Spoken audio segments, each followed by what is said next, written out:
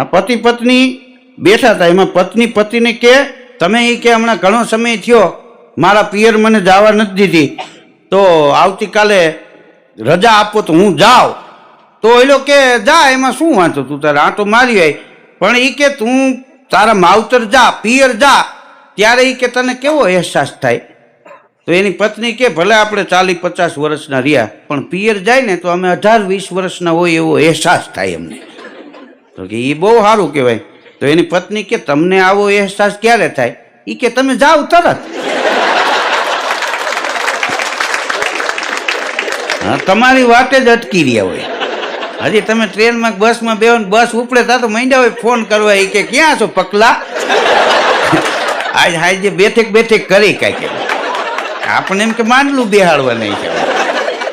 પુરુષ માટે અઘરામાં અઘરી કસોટી કે એની પત્ની બહાર ગામ જતી હોય, એને મૂકવા જાય, એ બહાર જતી હોય, પિયર જતી હોય, એના હરખને રોકવું અને ઉપરથી કરુણતાના ભાવ ધારણ કરવા.